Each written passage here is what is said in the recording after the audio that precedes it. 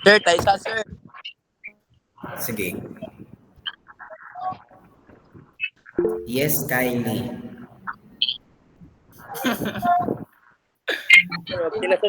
Gwapo naman sir. Wait lang sir. Sige.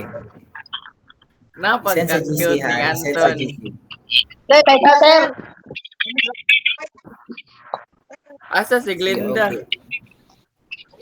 Sir, wala Ano si si Glinda. Glinda ba? With Kylie's Wala lang si Glinda. Kylie go. Glinda. Ano, Glinda? Glinda. Si Glinda. Glinda, asa man? Okay na camera sa Glinda. Tara.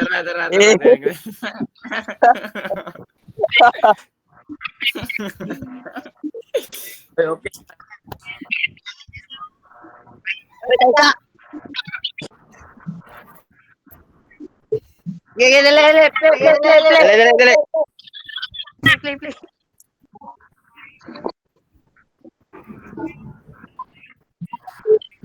Dali lang, wala na. Pura mo, di ba? Pwede mo naman paniya. Isa, wala ka. Alive din yung room, Sir, eh. Nag-active lang si Huwag ka dapat, Kylie. sir. Gigada. Yun, si Glinda. Kamuka pa rin ang una. okay na to sir. Okay, you can now turn off your cameras or combo. Your choice. Anyways, good afternoon sa tanan and welcome to Oral Communication. Before I start my discussion, I would like to ask, what have we discussed last meeting or asa tagotob last meeting? Ang hilom naman lagi mo. Communication, sir. Oh, Tayo sa sir. Sa model. Communication, sir. Communication. If you want to Question, sir? answer, Elements if you of want- communication po.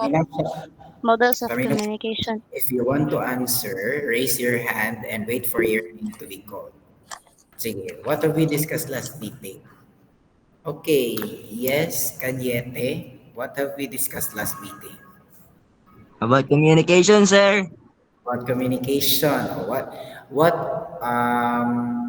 are the things we discussed about communication? Anyone? The Yes, Sean. process of... Ay. Ito ang vocabulary, guro sir. Elements Hindi ko of sure. communication, sir. Elements of communication and the processes. We also have discussed about the models of communication, di ba? Oh, what are the models of communication that we have discussed so far? Katong main. We have Senior. Vanilla. Yes. Yes po. Linear model of communication po. Okay, yes, we have discussed about the linear model of communication. And under this model, we have 3 models, right? What are these models? Ako, sir. Yes, Gian. O si Gian. One way og single direction, sir. Tas Dili, katong models nga under sa linear model of communication. What is that? ayaw na lang day, sir. Ang tulo. Okay. Katong Oy, tulo paloy! YouTube mo. Punta yan, dito. Sabag gihapon mo no hangtod sa meet. Gian lang akong gipangutanan, Gian. Unsa Ayaw tong na lang, tulo? sir. Ayaw na lang, sir. Sige, anyone who can answer. Laulang, magwap.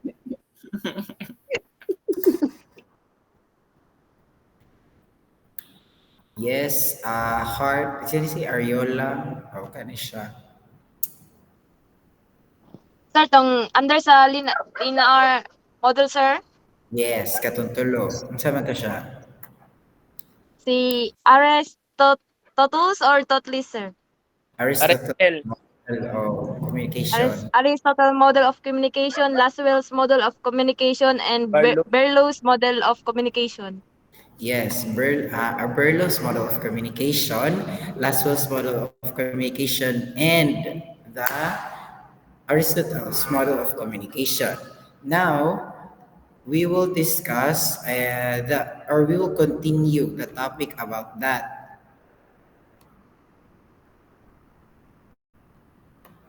And wait, let me share with you my PowerPoint presentation. Ay, di ba nag-discuss po ta about unsa tong nga mga model sa communication ang ilahapon? Kung unsay naong sa ilang communication. So nag-end ta kay Berlow with SMCR. Tama ba ko? Opo. Yes, sir. Okay. Now, I'm going to share with you my PowerPoint presentation.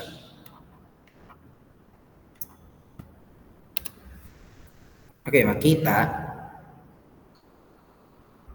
Yes, Yes, sir. Okay. sir. Okay, good. Great. Okay, now let's continue our discussion. And the next type of communication that we're going to tackle about is the transactional model of communication. O sige, Anton, kay active mo kay ka. Can you please read? Transactional model of communication is an exchange of messages between the sender and the receiver where both takes turns in sending and receiving messages. The rules of both communicators reverse each time in the communication process. This is also called a circular model of communication and is used for interpersonal communication. Okay, thank you. Of course, this is a transactional model of communication. And in the transactional model of communication, it is the communication process between the sender and the receiver is reversing or can be reversed. Why? It is also called circular model. Nga naman nga pwede ma-reverse ang role ni model of the receiver. Ani nga model of communication. Yes, Gian, I have seen you raised your hand. Wala, sir, Roy. Wala ginaba magigayaga lagi. Wabay ko nagigayaga din niya. Wala man na nabindot, sir. Hindi ko makatlatik, Gian. To, taka. Dagan pugig kuan pud, dagan pugig istorya pud. Anyways, to continue the discussion, this is also called the circular model. And at the same time, the roles of the sender and the receiver reverse. Why? Because in this type of communication, there is a feedback. So if there is a feedback, the roles of the sender and the receiver reverses that, and when the receiver receives the message and does the feedback, that is the time the roles are reversed. The receiver now then turns into the sender, and the sender turns as the receiver of the message. So, klaro. Ano na siya? Now, okay, here are the key features for the transactional model of communication. The key features is that the transactional model of communication is used for interpersonal communication. When we talk about interpersonal communication, it is a communication between two or more people. And then it is also simultaneous. What do we mean when we say simultaneous? Sa may pasabot aning simultaneous? Sige, anyone?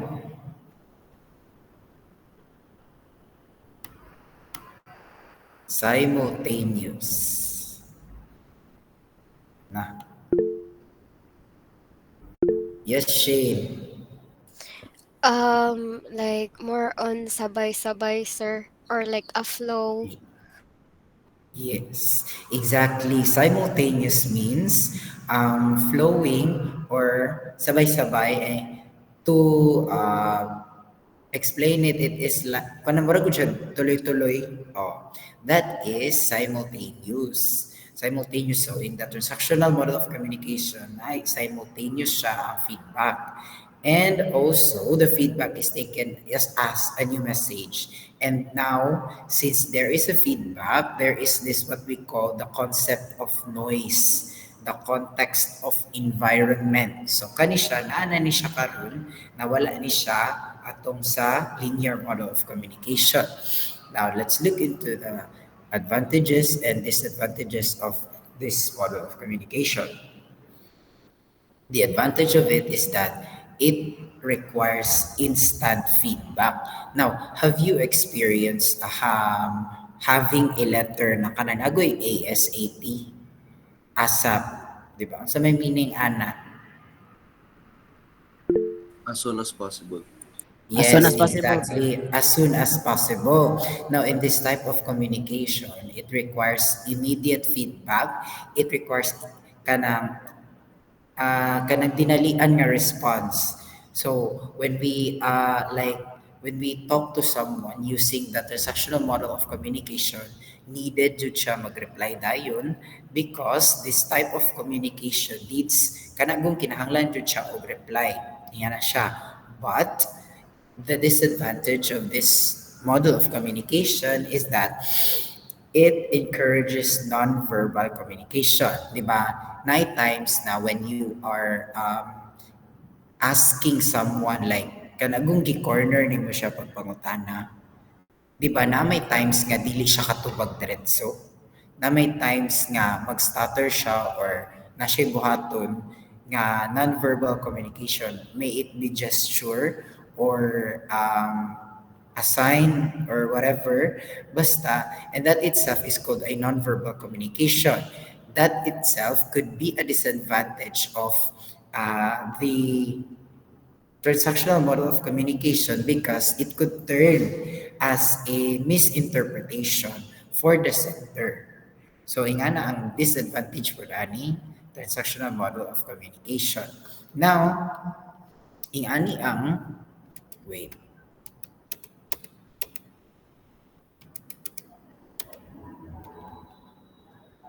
this is the example of the transactional model of communication, and it is named as the Shannon-Weaver's model of communication. Now, so many Shannon-Weaver's model of communication. Now, can anyone read this? Sige, let's have Tyron.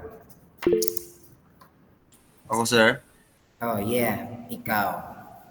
Okay po. Shannon-Weaver's model of communication was created in 1948 when Claude Elwood Shannon wrote an article, a mathematical theory of communication in Bell System, Technical Journal with Warren Weaver. Shannon was an American mathematician, whereas Weaver was a scientist. The mathematical theory later came to be known as Weaver's model of communication, or the mother of all models. This model is more technological than other linear models. Okay, thank you so much, Tyron. This model is also we should remember class that this model is the mother of all communication models, or the mother of all models. Why? Because this model has been or is being anchored, or the one na kanang gisundugan siya pero dili siya totally maudyo na siya, murag gikuhaan lang siya idea. Inga na siya. Just like kang Berlo bitaw, di ba? Unsa gito kang Berlo, SMCR, di ba? The source, message, channel, and the receiver. Kato yung model, ang model ni Berlo was anchored sa kaninga model, which is the Shannon-Weaver's model of communication. Mo nang ginatawag na siya. And also, napay mga models of communication which is anchored on this model, which is the Shannon-Weaver's model of communication. Now, question, why is this called as the more technological than other linear models? Sige, anyone who can answer, why is this more technological?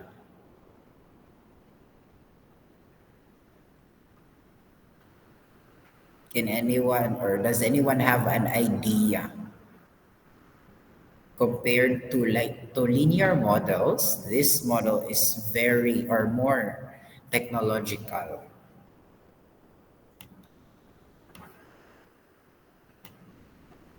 Wala? Okay, ako na lang manawag. May I call on the presence of Billy Joe. Glenda.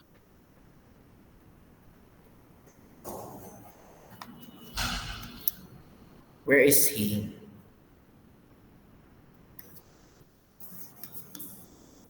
Okay, what about Shane, Denise, Camino?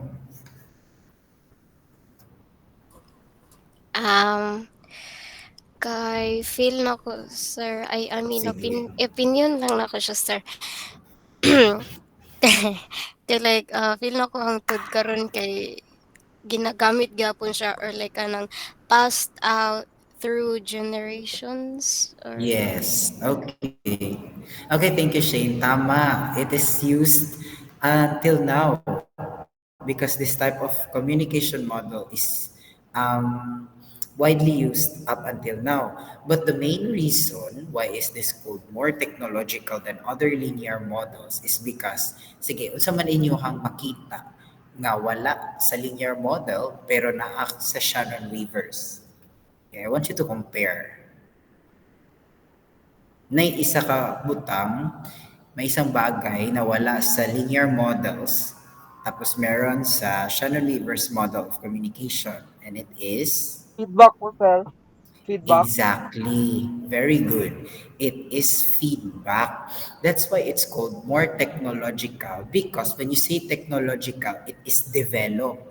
So compared to the linear models, this model is more developed than the linear models. So, mo to siya, nasabtan, kindly react heart daw if nasabtan. Okay. Thank you sa inyong reaction. Now,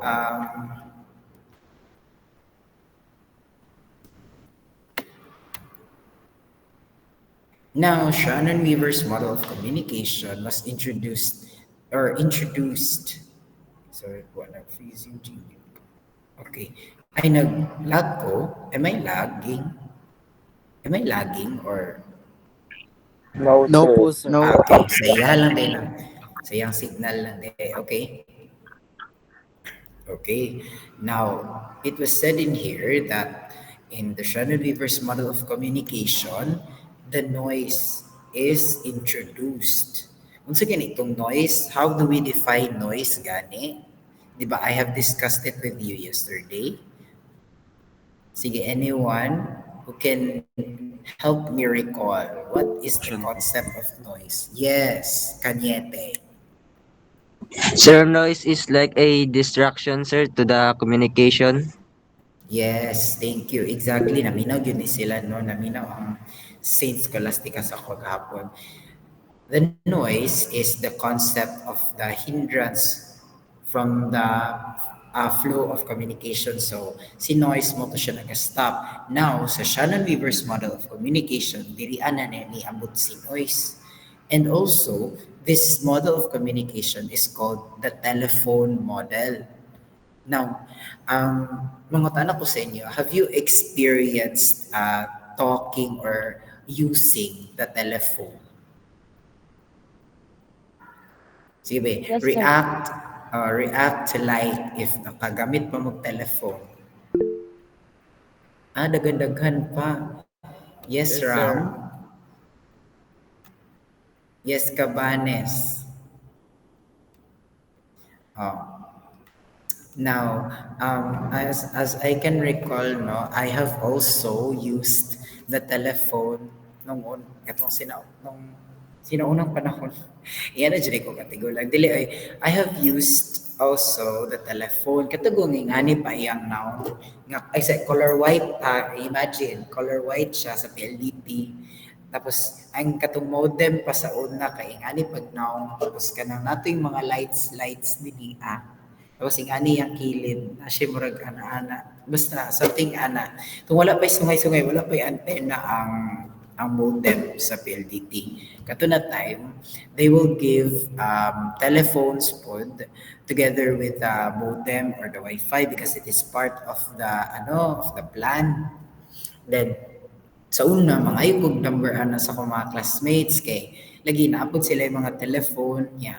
Kanang magsiristorya mi sa telephone ingan na kanang mga tanay sa assignment ingan na mo na ang sa una mong good messenger is not yet that developed or wala pa siya messenger sa una kay when you have to kanagong log in sa Facebook dira pa ka maka-message in order for you to makipag-communicate yan ang muna sa una and then mo to the fastest way that I can know or communicate with my classmates is through the telephone. Yung mo to hangtod ato kay ning taas na ang bill sa taas na ang bill sa PLDT. Tabian man kayo sige na lang tawag. Anyways, going back to our lesson, no? The message is received by the listener but was not necessarily the message sent by the sender is because of the presence of noise. Oh, medyo na yung mga my voice is breaking because wala pa dyan ko naulian, no? Pero ni klase dyan ko kay need ba ninyo? Sure. Ko hilak-hilak yun. Dili. Anyways, kinakapas na sa ato ang lesson kay hapit na ang inyong exam. Now moving on, ingani ang naong sa model ni Shannon and Weaver. So this is the Shannon-Weaver's model of communication. It starts with the sender, sunod kay encoder, and then maato siya sa channel. Pag-abot niya sa channel, noise could happen, noise could appear, and then the message travels to the decoder or the reception and reaches the destination or what we call the receiver, and then the process goes back again through feedback. Ano na siya yung model? Ano lang, always remember nga, sender, encoder, channel, decoder, and receiver. And then the noise na siya sa baba.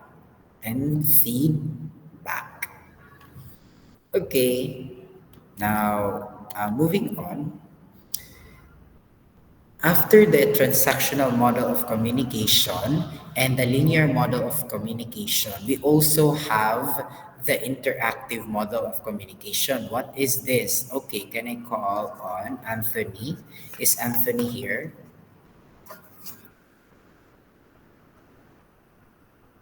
Anthony? Sir, Yes, can you please read? also known as the convergence model, deal with the exchange of ideas and messages taking place both ways from sender and receiver and vice versa. Example, the conversation that takes place between employees during a training session. Okay, thank you, Anthony. Now, the interactive model of communication is also called the convergence model, or remember class, it is called the convergence model. Convergence, from the word convergence, combine, it is the combination of the transactional model of communication and the linear model of communication. Now, how does this happen? This happens because these are the key features of the model of communication. If you look into the key features, it is used for new communication, or so what we call the internet. This is what we are using right now. This type of communication is what we are utilizing right now.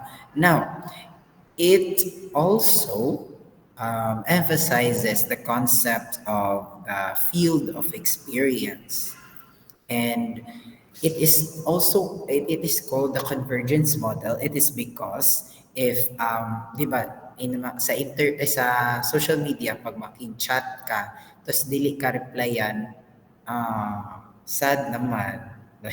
Dili. Salang rin. Relate sa Oslek, gisina ka Oslek. Sir, joke lang sir. Ako yagaw, no sir. Ah, Si Jones Andre. Okay, now the interactive model of communication becomes the linear model of communication if dili ka replyan. So kana mga sinner din ha, kana mga ghoster din ha, undangin na inyong bisyo. Undangin na dyan eh. Dangi lagi ninyo na. Oy, saba, Andre. Otro mo ka. Babaw. Anyways, manang ginatawag siya queue communication. Also, the disadvantages of an interactive model of communication is there would be feedback even in mass communication. So, in mass communication, when there is speeches, na ka ng mga na-feedback gikan sa audience, mo na siya ang ginatawag na interactive. From the word interactive, meaning that there is interaction. Katimanin na ninyo ha. And then, the disadvantages of this type of model of communication is that the feedback, that's what I've said a while ago, the feedback can take very long time compared to the transactional model of communication, di ba? Kay when you communicate using the transactional model of communication, you require immediate feedback. Meanwhile, in the interactive model of communication, you do not require any feedback. So, pag makichat mo, i-emphasize yun ninyo diretsyo transactional model of communication na ang gibuhat. Kay para mo reply diretsyo yung mohang ka-chat. Anyways, the sender and the receiver might not know who the person is. Mapo na disadvantage ani. Okay now. Wala. Next is kinsa ang proponent sa interactive model of communication. Sige, Oslek, can you please read? An example of an interactive model is that of Wilbur Schramm, who in Blard, sir, considered the father of mass communication.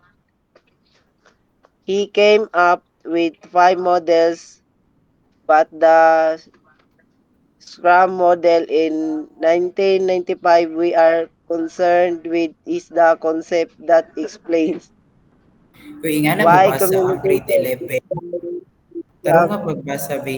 Tarong nga pagbasa. Blard, mawag, sir. A blur. Okay. Sige, anyone na lang can continue reading. Yes, we have Francisco. Can you please read? Continue to read. An example of an interactive model is that of Wilbur Schramm, who is considered the father of mass communication. He came up with 5 models, but the Schramm model in 1995 we are concerned with is the concept that explains why communication breakdowns occurs. Schramm asserts that communication can take place if and only if there is an overlap between the field of experience. The speaker and the field of experience is the listener. Okay, thank you so much, Francisco. Now, this is what I am telling you a while ago. It is Wilbur Schramm, or in the Schramm's model of communication. There is this what we call field of experience. Unsa man na siya, sir? Now, I will give you an example about what is the field of experience Wilbur Schramm is talking about. Okay, now this is what he is talking about. Whenever I tell you, sige, what do you think, or what do you think when I tell you this word? I'm using the chat box. Okay, when I tell you that word, what comes into your mind? You can utilize the chat box in answering my question. Sige, go. Color, sir. A color, or what else? Sige, type what you understand or what you mean by that word. Race, shadow, skin tone, color. Yan.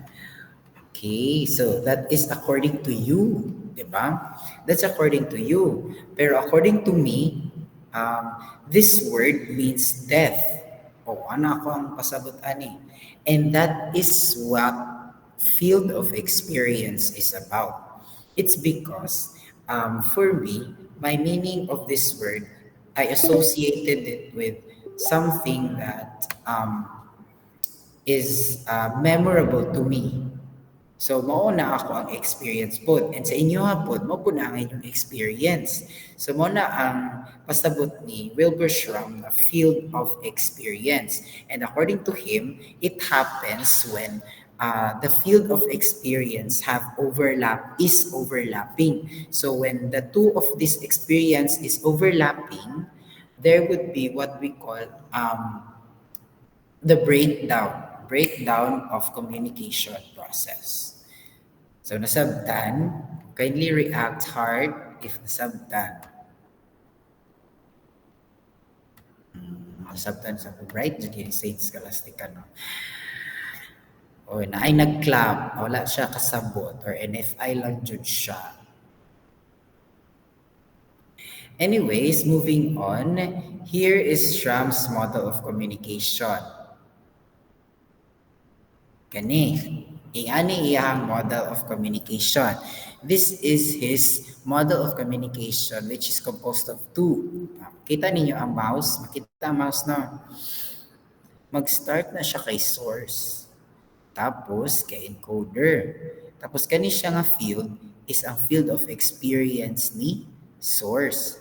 Tapos sa PICAS, napud ang field of experience ni destination or ni receiver. And then, mag-overlap na silang duha. Now, dinhiya sa tunga, dinhiya na mahitabo ang situation niya. Ginatawag na itong overlapping of field of experience where the communication breaks down. Okay, now for example, a Japanese is invited to give a talk to Filipino students. These students can only understand English and Filipino. If the speaker will speak in Japanese, the audience rather, will not be able to understand him. So see, sa dira nga situation, kinsa man si source. See? Si student? Who is the source? Japanese. See? Si Japanese. Si Japanese ang atong source. And then, kani si Japanese, dili siya is giving a talk. Pero ang iyang mga audience man kay mga students, tapos ang masabtan lang po kay English and Filipino. So dinaan na sila mag-decide if kinsa ang mag-adjust, and then the breakdown of communication will happen. Mo na siya about ang model ni Wilbur Schramm. Okay, now moving on, we also have other models of communication which is the helical model of communication and was developed by Frank Dance in 1967. He thought communication is similar to a helix. Are you familiar with the word helix? Is anyone familiar with the word helix? Kana bitong sa DNA, kana ana og shape, kana ana daig shape, ana. Yes, sir. Oh, that is the thought of kay Frank Dance po na siya. And also, this model represents the concept of time. That's according to him, according to Frank Dance. It is where the continuous of the communication process is very important. Ingani na iyang noun class. In the helical model, communication is a dynamic process. Communication progresses as an individual gets older and his experience and vocabulary increases. So according to Frank Dance, itong una pa daw, wala pa tayo naibalaan about communication. And as we grow older, we know what communication and how communication is done. So, as we grow older, our experience and vocabulary increases. nasabtan? Kindly react, party, or saan siya, celebrate na ano, na reaction. Diba? So, mo to siya ang models of communication which we will be discussing. So, do you have any questions? Does anyone have questions? None so far po, sir. Wala na yung question. Okay. Now that ends our lesson this afternoon. Thank you so much for being or giving me your time. Yes, Frank. Magpasa kag PPT later, sir. Nagpasa na kong PPT actually sa GC. Tama ba ko? Nagpasa na ko na. Duha naman Yes, ko. sir. Nagpasa na, sir. Oo, nagpasa na ko PPT. Okay, na by questions? Before we end, wait lang. May questions? Wala na? None so far. Okay. So I will stop presenting and I will ask you to say present if your name is called, and if naa mo karon, I will give additional 20 points. So let's begin.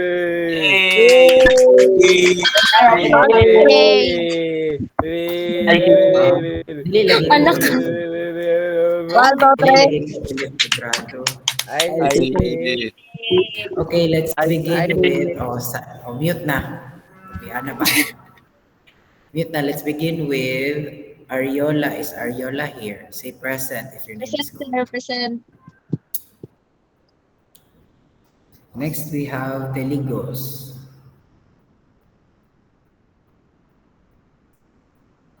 Okay. Frank Glenn.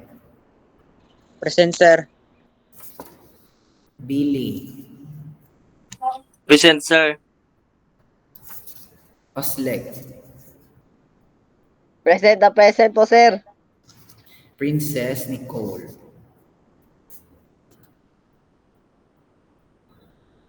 Wala. Wala si Princess Nicole. Naa, sir. Tura, sir. Asa man siya. Anong dili man ang mutubag? Di ba anak ko si present?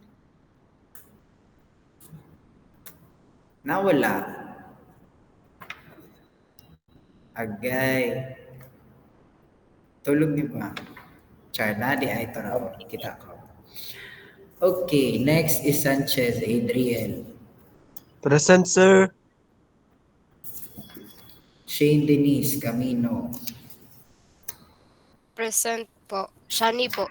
Shani di ay sorry. Shani Opo. rather. Okay, Ashley Kim Camino. Present po.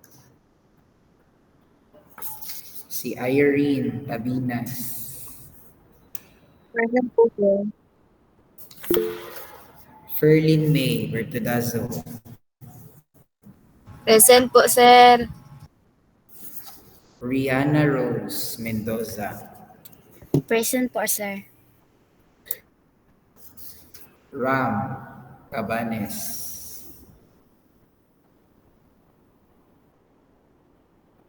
Ram Cabanes. Wala si Ram. Okay. Si Del Campo. Present, sir. Muya Jules. Present po, sir. Si Tyron. Present, sir. Wenzel Matangkas. Present po, sir. Adriel Fernandez. Present, sir. Vanilla Joyce. Present po, sir. Gian Owen. Present, sir. Parungaw. Present, sir. Axel John. Axel John. Axel John. Ay, ito ra. Okay. Nag-open cam din siya. Okay. Anthony. Present po, sir. Gitgitin. Sanchez Harry. Present po, sir. Dwayne. Dwayne. Dwayne po, sir. Present po, sir. Dwayne. Well, okay. John Carl. Hinakay.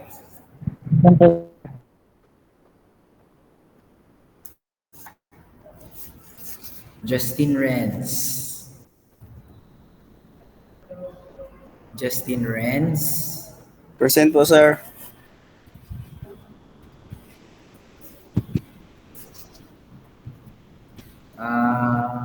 Aaron Trinio. Present, sir. Aaron Trinio. Present, sir. Okay. Si Kyle Anthony. Kylie. Bini. Neljan Espinosa. Present, sir. Friends. Anubling. Present po, sir. Kadayona Anton John. Present, sir. No. And we have Tesoro Rafael Anthony. Present, sir. Okay, and that ends our time this afternoon. Thank you, Yay! Ayo. Thank you so much for and I will just upload your task. Bye, sir. Nay I klase will ugma. just wala man ko'y time sa inyo. Saturday pa man. Ay, na yung klase Sabado, sir? Sabado, naon lang na ako. Sir, Ay, tama de ay si Koji, yes. Tama de ay wala pa man de siya index card, Koji Sen. Yes. And by the way, Koji, I have a chat sa group chat nga gimension ka. Oo. Kindly look into that. Okay. Now, that ends our class this afternoon. Goodbye, everyone. Good. Goodbye, sir. Sir MJ. Apil ko, anak. Apil ko, anak. Kylie.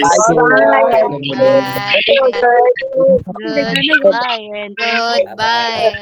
Thank you. 1, 2, 3. ICT. Kamlore. Kamlore.